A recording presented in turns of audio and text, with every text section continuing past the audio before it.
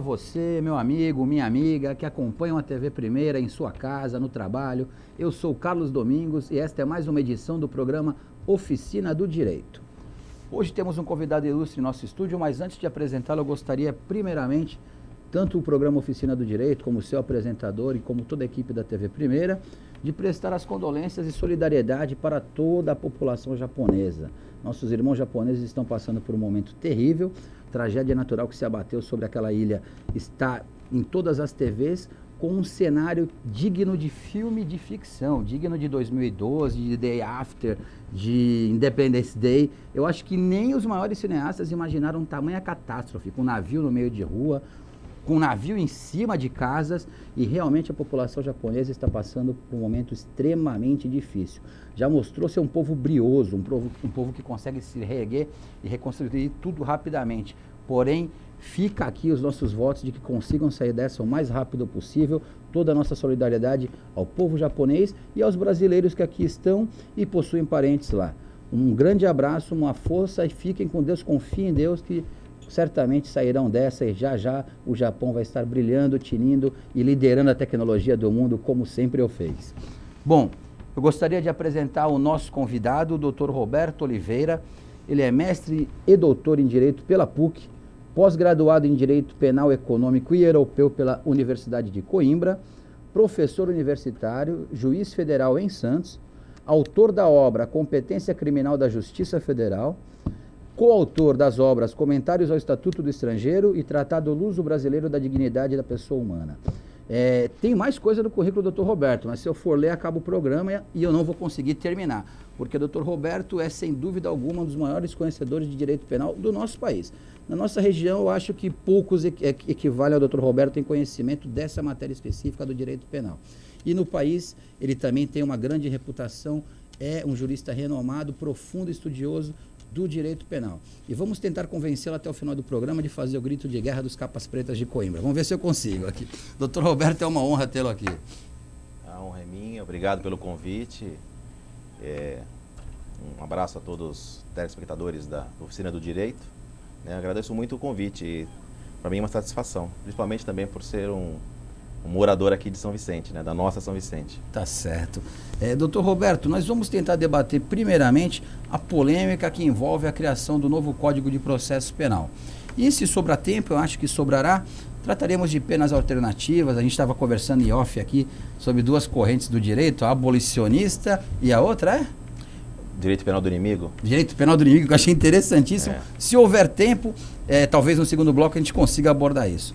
Sobre o projeto de novo Código de Processo Penal, doutor Roberto, minha primeira pergunta é se o senhor entende que há realmente necessidade dessa reforma, de um novo código. Eu acredito que há necessidade desse novo Código de Processo Penal. Na verdade, antigamente no Brasil, quer dizer, a primeira legislação, a primeira lei de processo penal,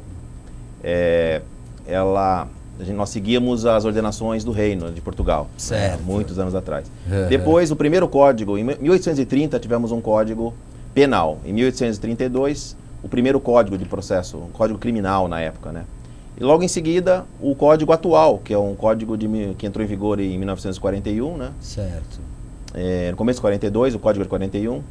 E esse código, ao longo dos anos, foi sofrendo uma série de modificações.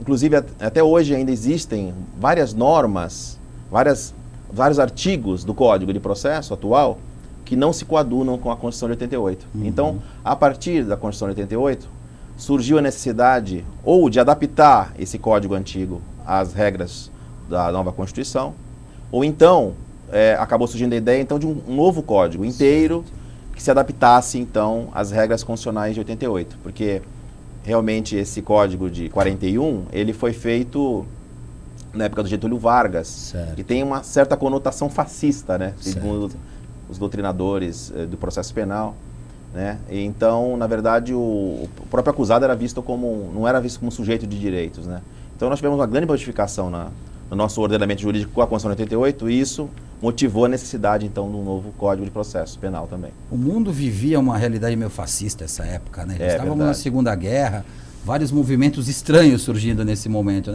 E nessa linha veio o nosso Código Penal atual, que será reformado.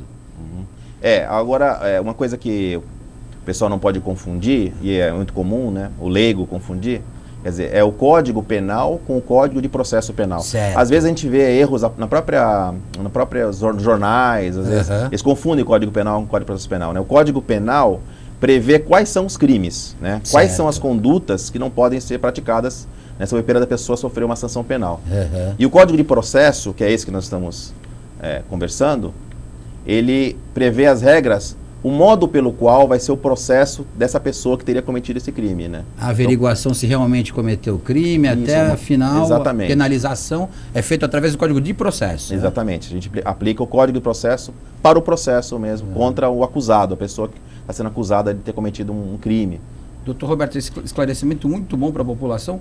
E uma outra pergunta. Então, o Código de Processo, que será reformado, que debateremos aqui o projeto, ele é de 41, o atual. O atual é de 41. E agora tem esse projeto que se iniciou no Senado, né? O presidente do Senado, José Sarney, elaborou aí convocou, né, uma comissão de juristas que preparou um anteprojeto.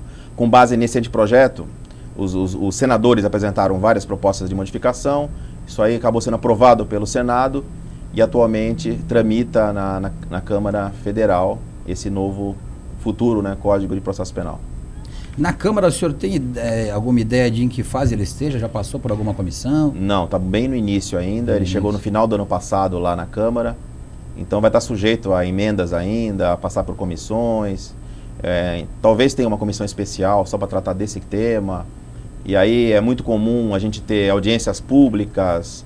A Câmara vai querer ouvir os advogados, né, a OAB, a Associação de Advogados, Associação de Juízes, delegados, promotores, né, enfim. Toda a população pode dar sugestões, né, contribuir para o Código de Processo Penal, que é o código que é aplicado no Brasil inteiro. Né? A título de curiosidade apenas, doutor Roberto, o Código de Processo é de 41. E o Código Penal, de que ano é? O Código Penal é de 40. De 40. É, um ano antes. Normalmente, a gente sempre tem a lei penal, a lei que prevê os crimes antes, e depois eles elaboram o Código de Processo. É bem comum. Isso aconteceu em 1830, com o Código Penal da época, Código Criminal. 2 anos depois tivemos o Código de Processo. Certo. E depois em 40, Penal, 41, o Código de Processo Penal. 41 de Processo.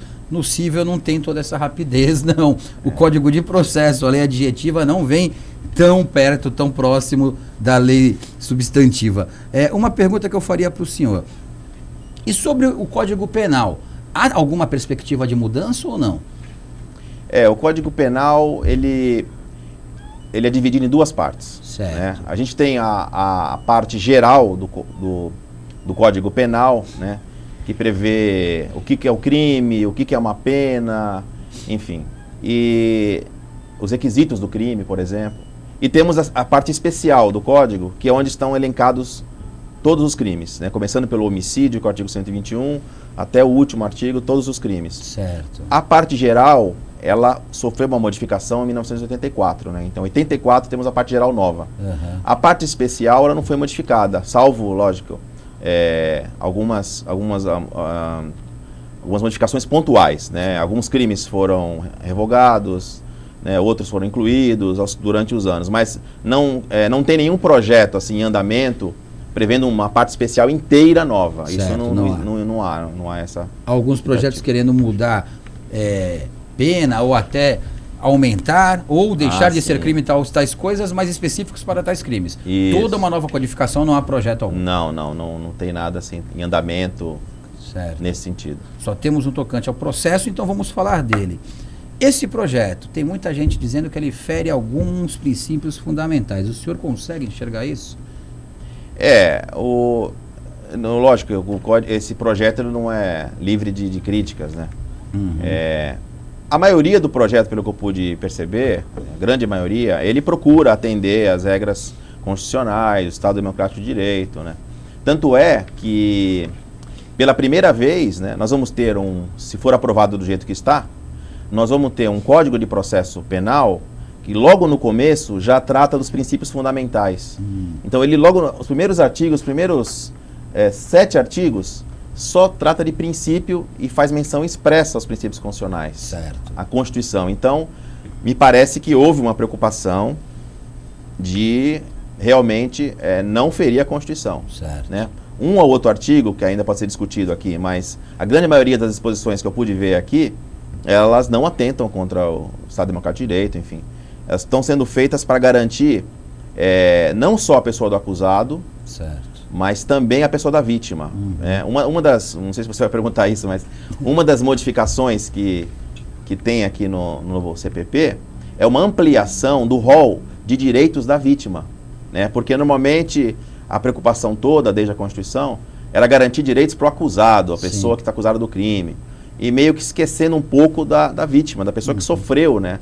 Aquela sujeito passivo do crime, enfim, sofreu com a ação daquele criminoso. certo. Né? Então agora o novo Código elenca uma série de direitos para a vítima que antes não era previsto no Código. Dá para a gente fazer um parâmetro, doutor? O que hoje a vítima já tem como direito, até como proteção, e o que o Código propõe? Só pode fazer esse parâmetro para a gente?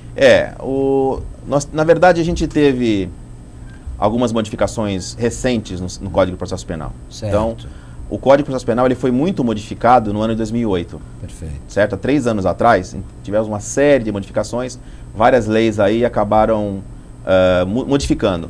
Só que modificaram parcialmente e ainda tem muitos artigos, por exemplo, que ficaram assim meio sem sentido, porque modificou-se uma parte e outra parte não foi mexida.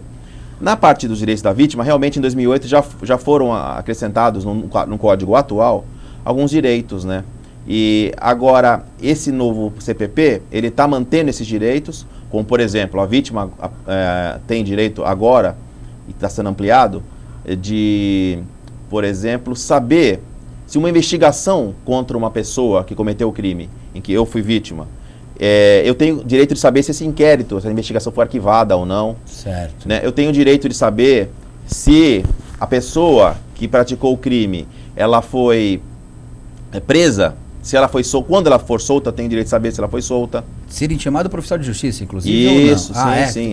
Certo. Se a pessoa foi condenada, eu tenho direito de saber que ela foi condenada. Certo. Antigamente não tinha essa preocupação. A vítima passava meio ao largo, ela não ficava sabendo talvez pelo jornal, ou se alguém contasse, ou se fosse lá no fórum procurar saber do que aconteceu com o processo. Não, então o Código atual, e agora está sendo ampliado esse rol de direitos da vítima, vem trazer essa série de informações para a vítima saber, peraí, o criminoso saiu da cadeia, né? Opa, entendeu? Ou ele foi condenado e foi para a cadeia, tem direito de ficar sabendo, né? Certo. E o Código prevê uma série de outros direitos, né, de acompanhamento psicológico. Para a vítima. Para a vítima. As dispensas do Estado. Sim, a dispensa do Estado prevê isso. Acompanhamento psicológico, enfim, uma série de direitos que realmente não tinha essa preocupação anterior, né? Então, hoje em dia, se fala de garantismo, né? Como aplicação de garantias e direitos para o acusado, mas hoje em dia a gente fala mais em garantismo integral. Certo. Ou seja, a gente prevê uma série de garantias que são necessárias para o acusado, sim, ele é uma pessoa também, é um cidadão. Todos nós temos direito a essa proteção, se um dia formos acusados de alguma coisa. Mas também a vítima tem que ter uma proteção. Então tem que ter esse equilíbrio, né, de proteção do acusado e também da vítima. E esse código está trazendo esse equilíbrio.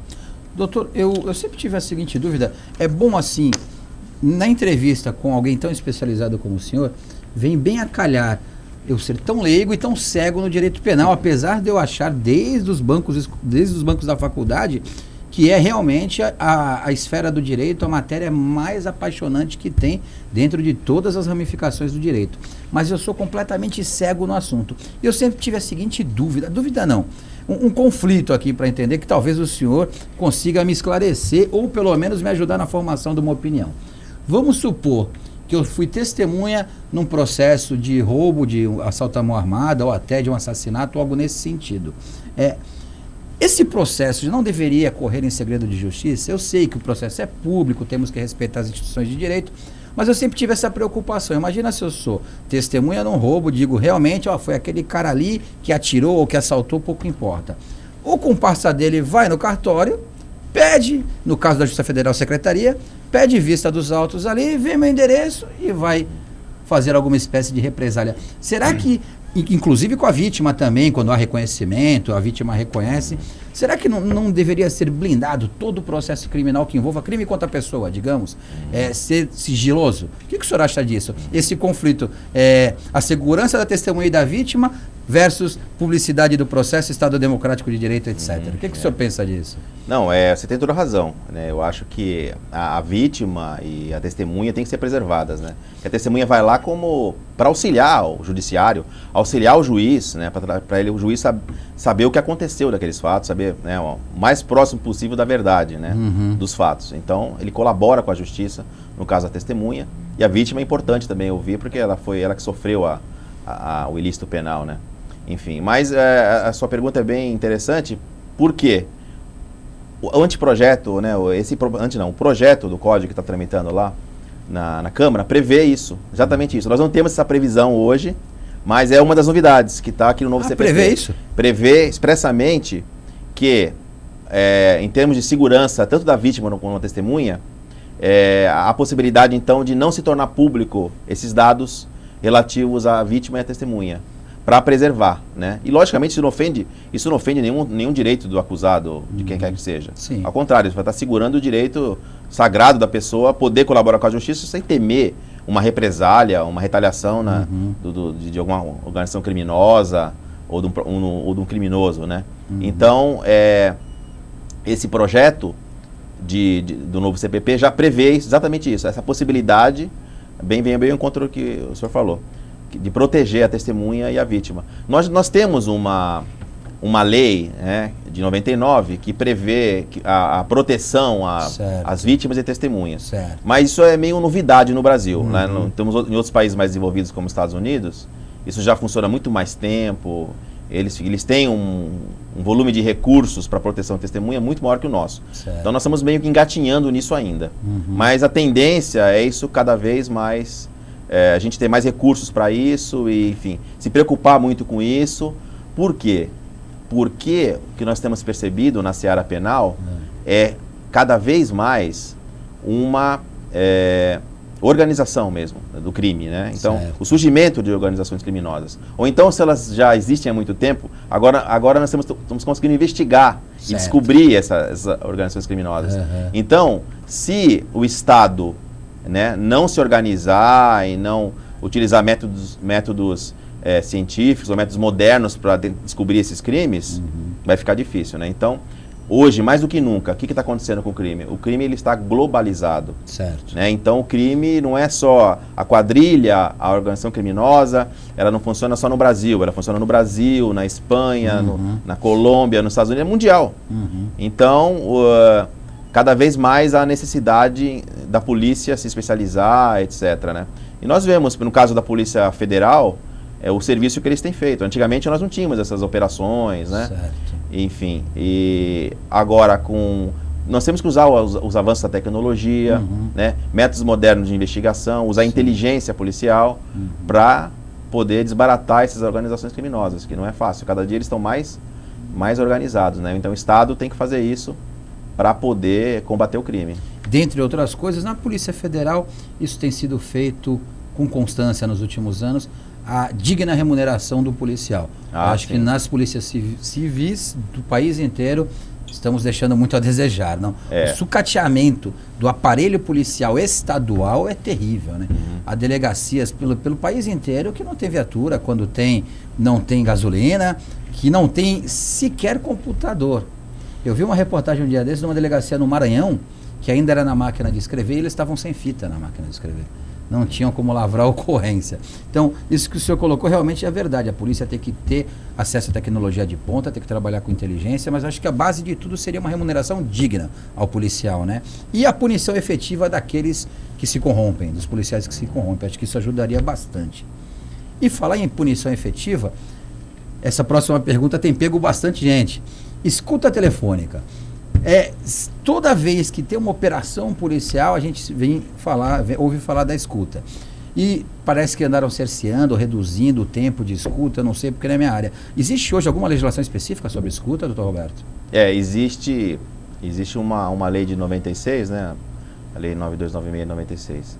Ela regula como funciona a interceptação telefônica. Certo. O que acontece? a interceptação telefônica, ela tem que ser determinada pelo juiz, lógico, né? Então, essa lei, ela prevê um prazo um prazo inicial que você pode fazer essa escuta. Certo. Então, o problema foi com relação, isso aí foi, enfim, levado aos tribunais, com relação à prorrogação desse prazo, se seria constitucional ou não, legal ou inconstitucional, a prorrogação do prazo que estava previsto na lei. Certo. Né? Então, o Supremo Tribunal Federal acabou julgando isso e dizendo que é possível, sim, né, desde que no interesse da investigação, assim, sucessivas prorrogações desse prazo. Né? Agora, lógico que a jurisprudência não aceita também que uma interceptação que dure muitos anos, etc., também seria uma violação indevida na vida privada da pessoa. Tudo bem que exatamente esse é a grande questão, o grande ponto, né, fulcral, o ponto fundamental do processo penal é justamente isso. É o equilíbrio entre as garantias, né, processuais, garantias constitucionais do processo que todo acusado tem, com o direito do Estado de investigar e de punir. Certo. Né? Então, esse equilíbrio que você tem que achar. Lógico, a interceptação tem que existir, é uma forma moderna de você combater o crime, ainda mais o crime organizado. Eles usam forma de comunicação, né? Seja por e-mail, celular, em qualquer forma de comunicação moderna. Então, se você não tiver acesso a esse meio de prova, fica difícil você comprovar os crimes, né? Mas, lógico que tem que ser feito de acordo com as regras legais. Certo. Né? Então, nós temos toda uma legislação cuidando disso. Agora, com relação a esse tópico, interceptação, no novo CPP, nós temos o seguinte, essa lei está sendo revogada, então, em sendo aprovado o projeto. Certo. Então, o corpo do CPP, do Código de Processo Penal, acaba adotando, então, essa legislação toda da interceptação telefônica. Ou seja, não só essa.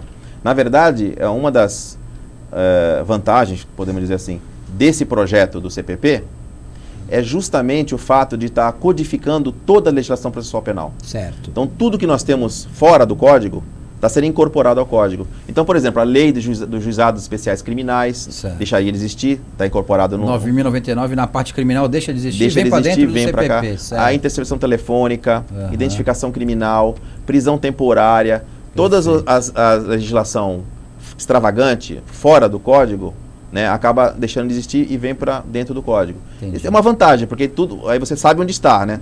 Ou não está. A lei você encontra num lugar só. De certa forma, ficaria mais fácil. Mas como nós conhecemos o nosso país, conhecemos o nosso poder legislativo, mais cedo ou mais tarde, ainda que aconteça isso, vão surgir, depois do novo CPP, novas leis que vão ficar fora do Código, eu acredito, né? É até normal do direito, né? Vai se adequando, porque o nosso legislativo é muito lento, como o senhor deve perceber, lógico, porque é um grande estudioso, e também vão acabar esquecendo alguma coisa de colocar aí, né?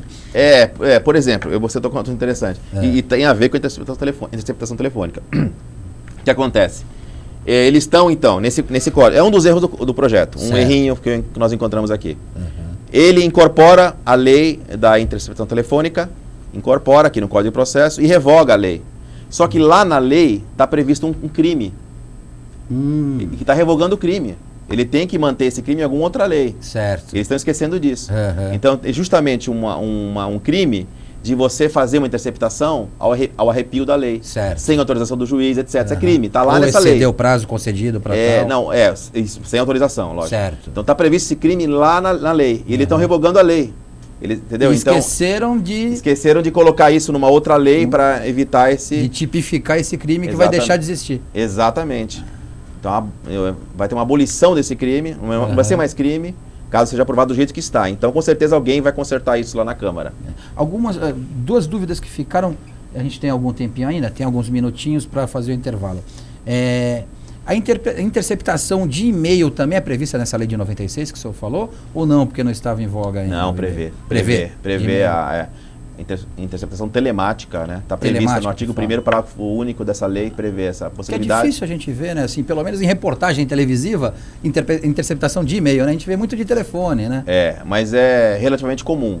Na investigação policial é comum a interceptação de e-mails também. Desconhecia. E sobre o prazo que o senhor colocou da escuta, que às vezes há algumas prorrogações, obviamente que essas prorrogações têm que ser autorizadas pelo juiz, ou não? Todas elas. Sempre ouvindo o Ministério Público antes. Certo. Normalmente é pedido da autoridade policial, ele pede, justifica a necessidade de continuação, porque faz um relatório, submete isso ao Ministério Público, havendo concordância do Ministério Público, aí o juiz pode deferir essa prorrogação. Perfeito. E a última pergunta que o senhor colocou, o senhor entende que o novo projeto, ou melhor, o projeto de novo Código de Processo Penal vai conseguir pelo menos equacionar essa eterna luta do direito penal, investigação / punição, com o direito da pessoa, direito do investigado?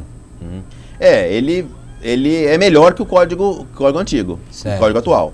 Com certeza é um avanço. Certo. Né? A maioria das coisas aqui que eu vejo, nós estamos avançando, está melhorando. Não é perfeito, porque é impossível também ter uma legislação perfeita. Lógico, quanto melhor a lei, melhor para o operador do direito, melhor para o juiz, para o delegado, para o promotor, porque a lei é um instrumento de trabalho que nós temos. Né? Então, quanto melhor for a lei, melhor para a gente, melhor para a sociedade. Certo. Né? E, enfim, mas isso depende muito também, quer dizer, uma vez feita a lei, a aplicação da lei depende de interpretação, né? Sim. E às vezes, se a lei não é bem inteligível ou dá margem a outras interpretações, fica complicado. Então, depende muito na hora do dia a dia da aplicação da lei para a gente verificar como é que vai se interpretar aquilo, mas uma coisa é certa, tem que se buscar sempre esse equilíbrio, né? Certo. Tem que se buscar sempre o equilíbrio entre a acusação e a defesa, né? Perfeito. Doutor Roberto, temos que fazer um break, mas é rapidinho, a gente vai voltar a esse debate, esse bate-bola que está bem interessante. Estou aprendendo bastante. Garanto que você em casa aí também está aprendendo bastante sobre processo penal e sobre esse novo projeto que está em discussão, está gerando muita polêmica. Não saia daí, é rapidinho, voltamos já.